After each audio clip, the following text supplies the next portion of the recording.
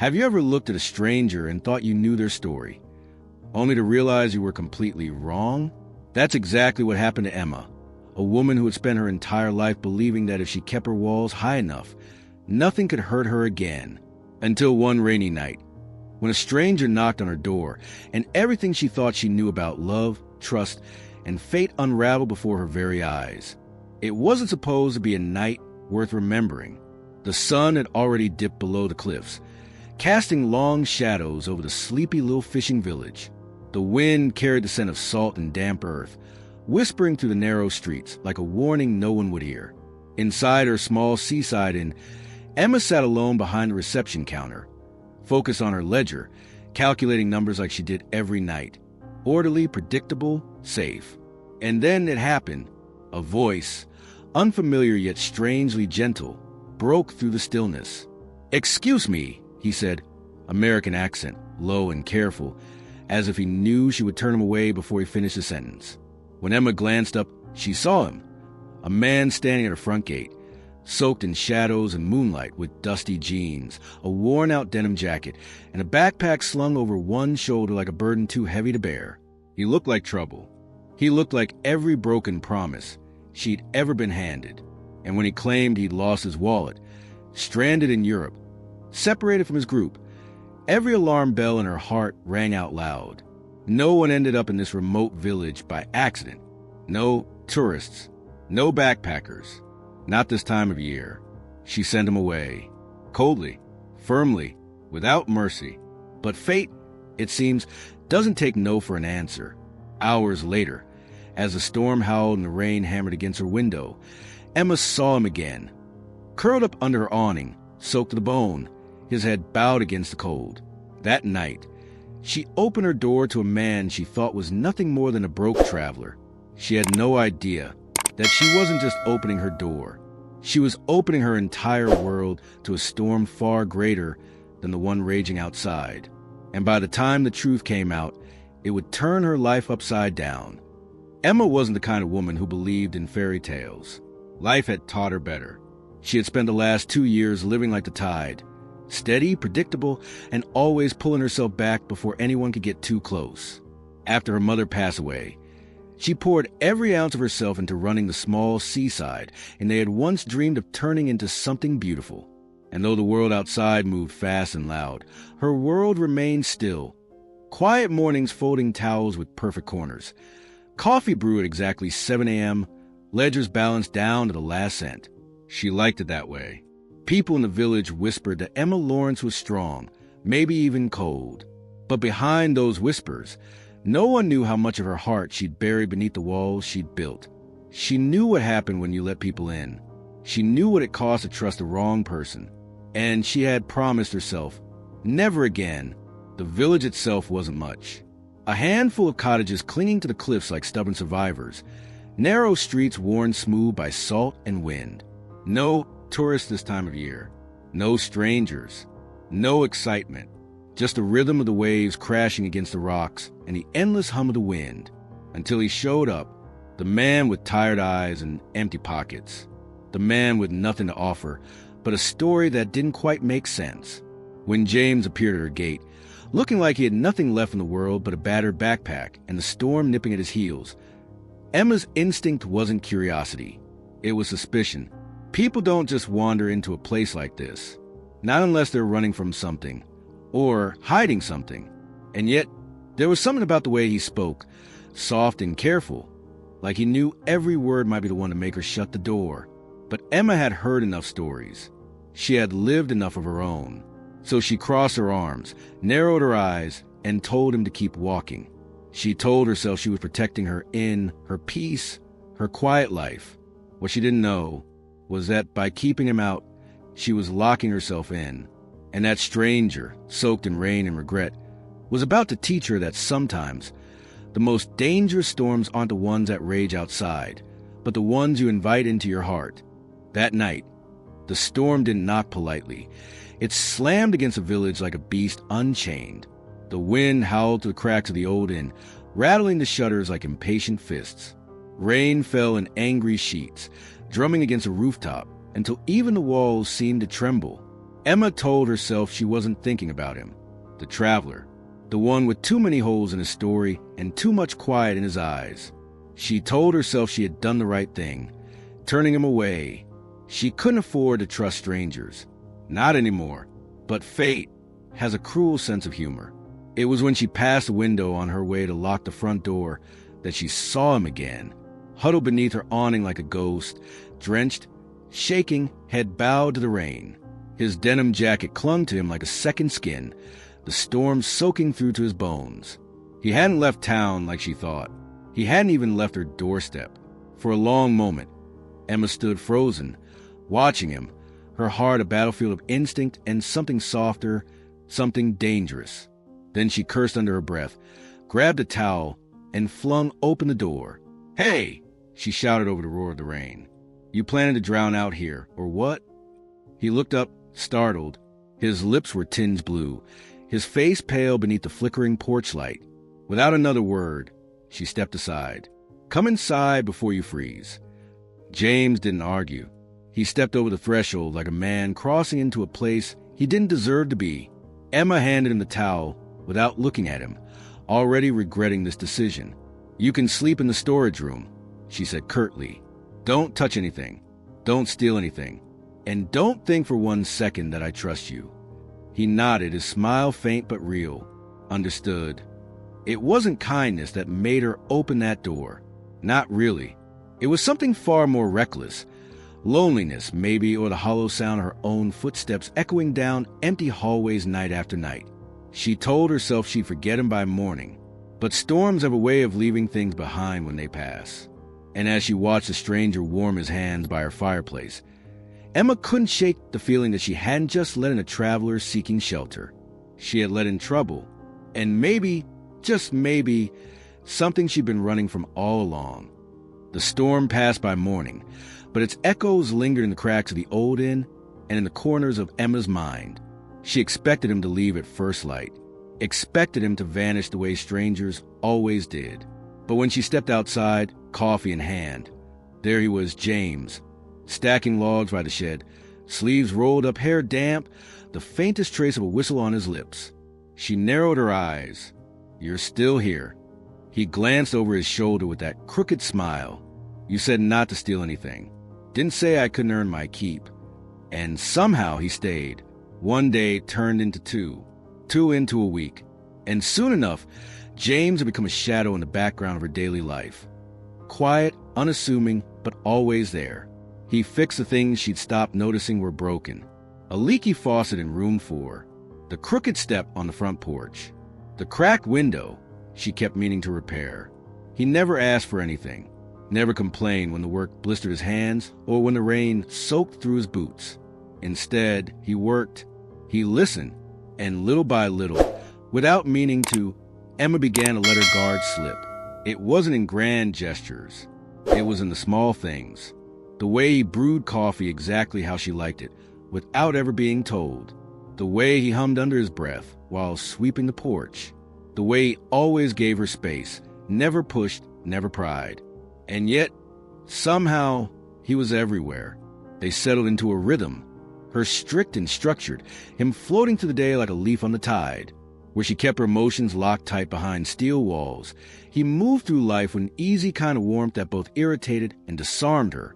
One morning, as he repaired the old shutters in the front room, she asked without looking up, "Why are you still here?" James barely paused. "Do you want me to leave?" Her throat tightened around the answer she didn't want to give. He smiled softly and shrugged. "I like it here.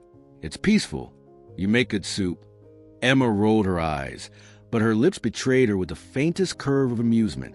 She told herself it was temporary, that he was just another traveler passing through.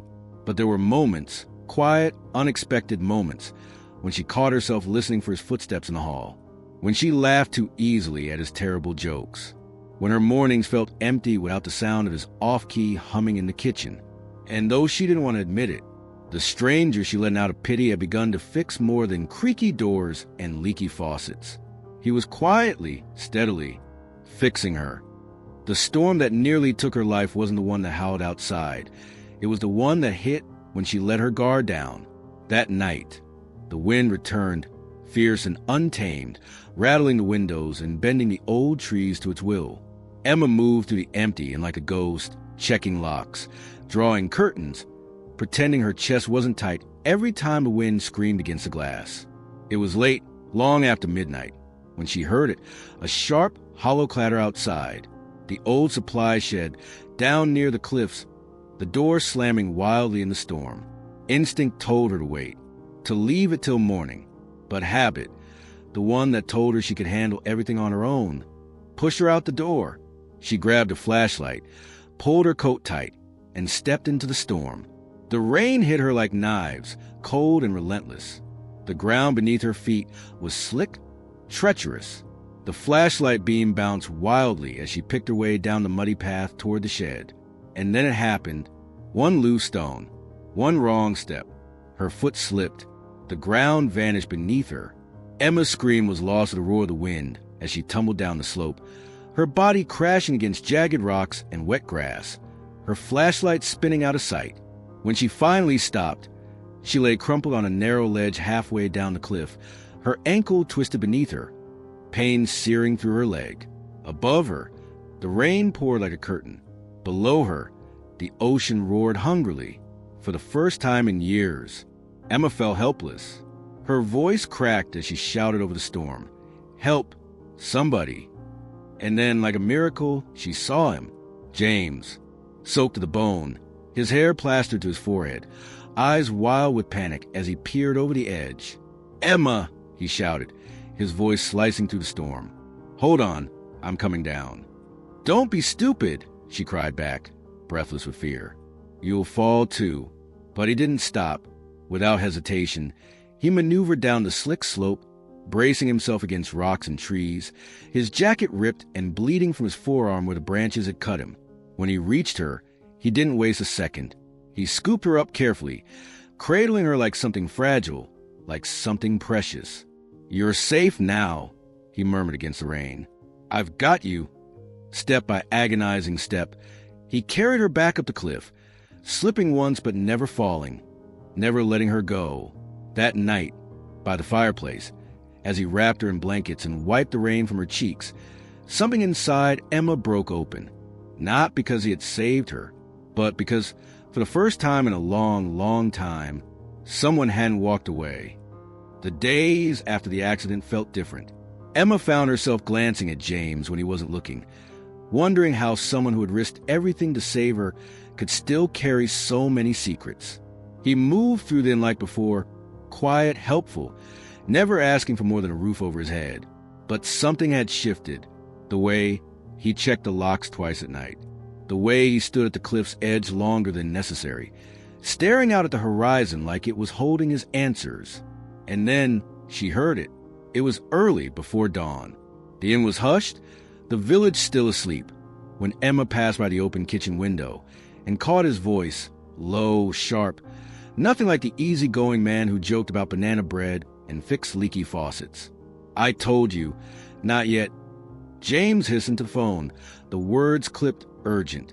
"I need more time." Emma's heart froze.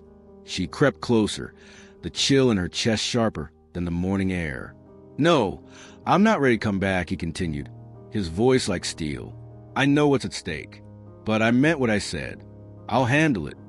The call ended. She heard the faint click as he tucked something into his jacket. Something sleek, black, nothing like the cracked phone he always left on the counter. Her stomach twisted. When she stepped outside, he was there, standing in the garden with his back to her. "Interesting call," Emma said coolly, arms folded. James turned, startled. "Emma, I didn't hear you." "No kidding." Her voice was ice. "Who were you talking to?" "It was nothing." "Don't lie to me." The silence stretched, taut as wire. Finally, he sighed, rubbing the back of his neck. "It's complicated." "Complicated?" she snapped. "You've been living in my home, eating at my table, fixing my shutters, and all this time you've been hiding who you really are?" His face fell, but she didn't stop. "You're not just some broke traveler, are you?" she whispered. "You've been lying to me since the day we met." He swallowed hard. "I never meant to deceive you. But you did. She shook her head, the weight of the truth crashing down like a second storm. I want you gone, she said quietly, her voice trembling even as her eyes stayed cold. Today. James didn't argue. He didn't beg. He only nodded once, shoulders heavy, and disappeared upstairs to gather his things. Emma stood in the hallway long after the front door clicked shut, her chest hollow, her heartbeat roaring louder than any storm. She had trusted him, and he had walked away, just like everyone else. The days after James left stretched longer than any storm. The inn felt quieter than it ever had, but not the peaceful quiet Emma used to crave. This silence echoed like something missing, something unfinished. She kept moving, mechanically, folding towels, cleaning rooms, pretending she didn't notice how empty the hallways felt without his humming or the sound of his footsteps on the stairs. Until the morning, everything shattered. It started like any other day. The scent of fresh coffee, the dull gray sky pressing against the windows. Emma was pouring a second cup of tea for her father when it happened. One moment, he was smiling faintly at the sea through the window. The next, his hand slipped from the table. "Dad?" she asked, her voice sharp. He tried to speak, but the words came out garbled, his eyes rolling back. "Dad!" she screamed, the teacup crashing to the floor. Panic clawed at her throat. She reached for her phone, but it slipped from her trembling hands. Clattering beneath the counter, out of reach. "Somebody help!" she cried, voice cracking, hands useless, heart shattering. And then he was there, bursting through the door like a storm of his own, soaked in rain, breathless, eyes burning. James, without a word. He dropped to his knees beside her father, assessing the situation faster than she could comprehend. "He's having a stroke," James said urgently, voice steady even as chaos swirled around them. "Emma, call emergency services." "My phone, it fell," she stammered, tears streaking down her face. James was already pulling his own phone from his jacket, the same sleek black one she'd seen that night, dialing with one hand while beginning chest compressions with the other. "Stay with me, sir," he whispered, counting under his breath, focused, calm. "Don't you dare give up." Emma sat frozen, her hands clutching her father's, whispering prayers between sobs. James never faltered. Not once. When the paramedics arrived, Emma barely heard their voices over the roar in her ears. She clung to her father's hand until the very last second, watching helplessly as they lifted him into the ambulance. And when she finally turned around, James was still there, soaked to the bone, bleeding from an old scrape on his arm, eyes filled with something she couldn't name. "Why?" she whispered, her voice breaking. "Why did you come back?" He met her gaze, rain dripping from his hair. "I never really left," he said softly. "I couldn't." In that moment, standing in the wreckage of everything she thought she knew, Emma realized something terrifying and undeniable. He hadn't just saved her father's life. He had saved her too. 3 days passed like a blur after the ambulance disappeared down the cobble road. Emma barely slept, barely ate. She stayed at her father's bedside in the hospital, holding his hand, whispering to him even when he couldn't hear her. But when the quiet moments came, when the machines beeped and the nurses stepped out, it wasn't just her father's fragile heartbeat she heard echoing in her ears. It was James' voice, the steady, quiet way he'd told her she'd be okay, the way he had saved her father without hesitation after she had sent him away. And just when she thought she might finally catch her breath, the world shifted again. It started with the sound, a low, unfamiliar purr of an engine rolling down the narrow village road. Not the rattle of an old pickup or the hum of a fishing boat's motor, but something smooth, heavy, expensive. Emma looked up from the inn's front desk just in time to see it. A long, sleek black limousine pulling up outside. The entire village seemed to stop breathing. People gathered by windows and doorways, whispering behind their hands. Someone famous? A politician? A movie star? But when the car door opened, it wasn't any of those things. It was James. Except not the James she knew. Gone were the worn jeans and dusty boots. Gone was the denim jacket and crooked smile. He stepped out dressed in a perfectly tailored dark suit, polished shoes, a quiet kind of command in every movement. Beside him, Two men in matching suits and earpieces flanked his sides like shadows. Emma's breath caught in her throat. This wasn't the man who baked banana bread with too much salt. This wasn't the man who fixed her shutters and waited in the rain. This was someone else entirely. When he walked into the inn, the bell above the door chimed softly, almost mockingly ordinary. He met her eyes, and something flickered there, something familiar beneath the polished armor. "Emma," he said quietly. Her heart thudded painfully against her ribs. She folded her arms, keeping her voice cool, controlled. "Why are you here?" "I came to explain." Her jaw tightened. "Explain what?" "That everything you told me was a lie." He shook his head gently. "I never lied. I just didn't tell you the whole truth." And then he said the words that shattered everything. "My name is James Donovan. My family owns Donovan Media Group. I wasn't stranded, Emma. I ran away." He told her everything. How he'd fled the expectations, the weight of a life he didn't want. Desperate to find something real in a world that only ever wanted something from him. How he had stumbled into her village by accident and stayed because she was the first person who ever looked at him without seeing a dollar sign. Emma listened, her heart aching and furious all at once. "You let me believe you were someone else," she said quietly. "You made me trust you." And then, like a blade twisting, she whispered, "You shouldn't have come back." The air inside the inn felt heavier than it had during any storm. James stood there, polished and poised, but his eyes, those eyes, were the same. The same man who once stood dripping wet on her porch, who laughed when he burned the toast, who waited quietly for her walls to fall. But now, Emma couldn't tell where the lie ended and the truth began. "You should go," she said, her voice cold but cracking at the edges. James's jaw tightened. "Please, just let me say what I came here to say." She folded her arms, heart pounding, breath shallow. "Why?" "So you can ease your guilt and go back to your penthouse in New York." His voice was softer now. "No, so I can give you something real." He reached into the sleek leather folder he carried, placing a small envelope on the counter between them. Emma glanced down at it, but didn't touch it. "It's a deed," he said quietly. "I've transferred partial ownership of the inn to you. It's yours now. No strings, no expectations, just protection."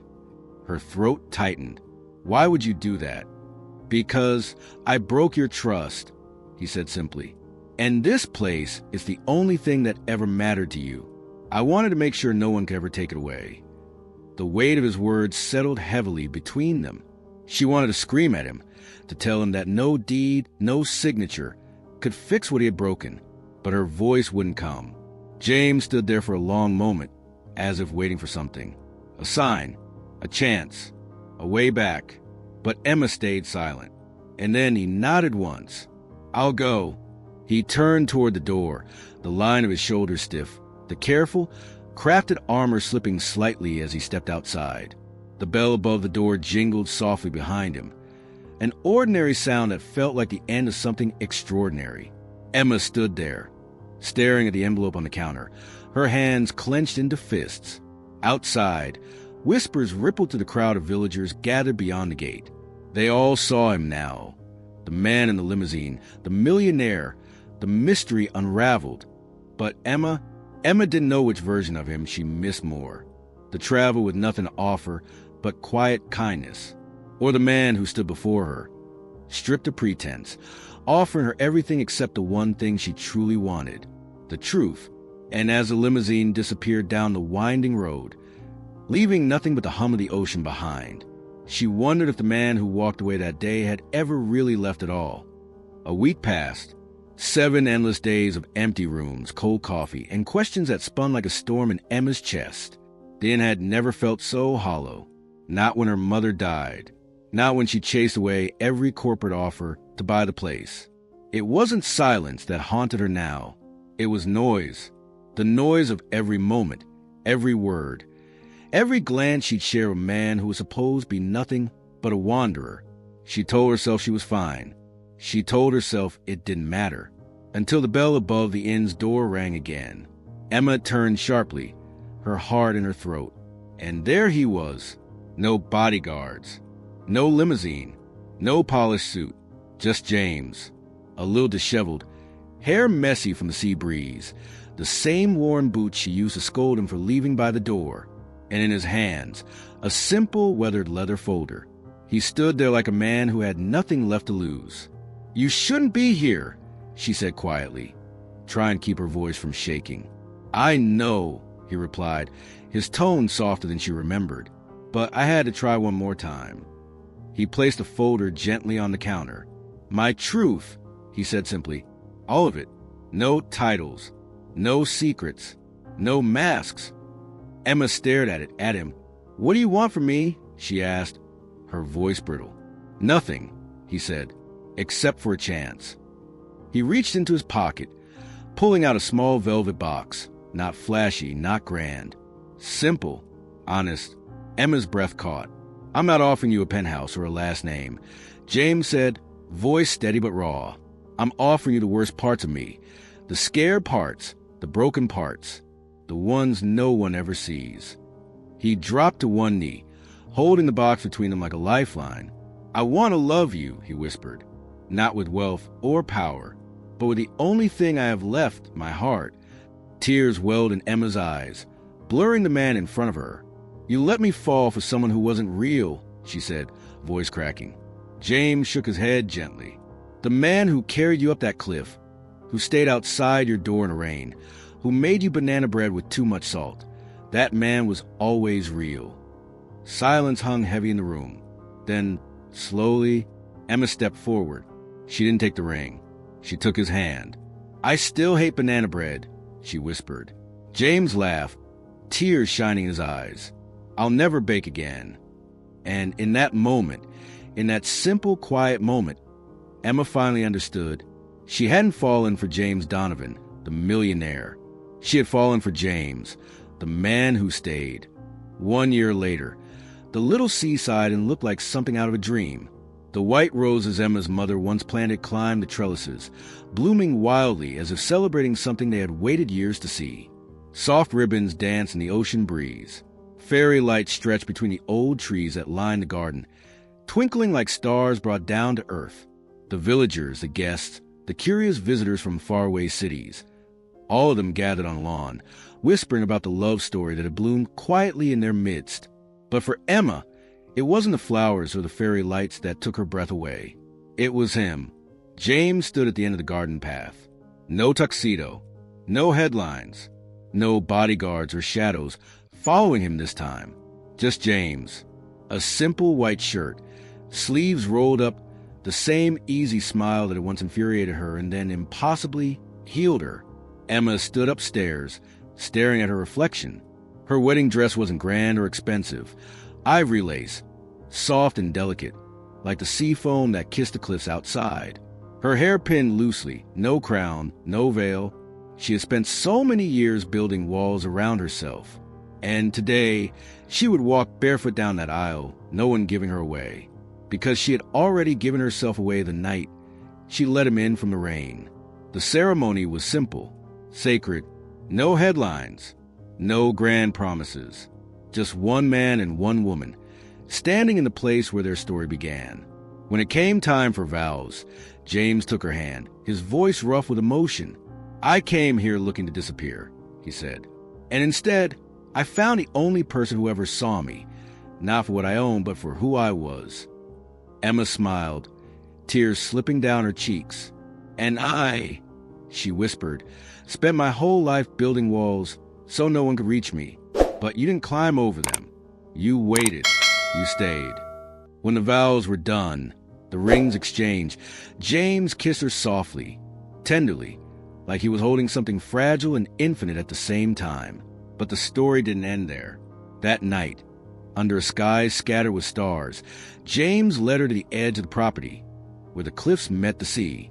There, nailed into a fresh wooden sign, were 5 simple words. "The Haven Project.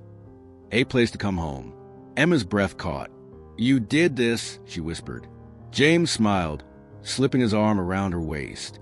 "The entire estate," he said. "It's yours now. A sanctuary for families, for those who've lost their way." a place for second chances. Emma blinked back tears, her heart fuller than she ever thought possible. You thought I was just a lost traveler once, James murmured against her hair. She smiled through her tears. You were. He kissed her forehead, his voice a soft promise against the wind. But you were the one who brought me home. And as the waves crashed quietly below and laughter echoed across the garden, Emma realized the greatest love stories aren't written in wealth or status. They're written in second chances, quiet forgiveness, and the courage to stay when it's easier to walk away.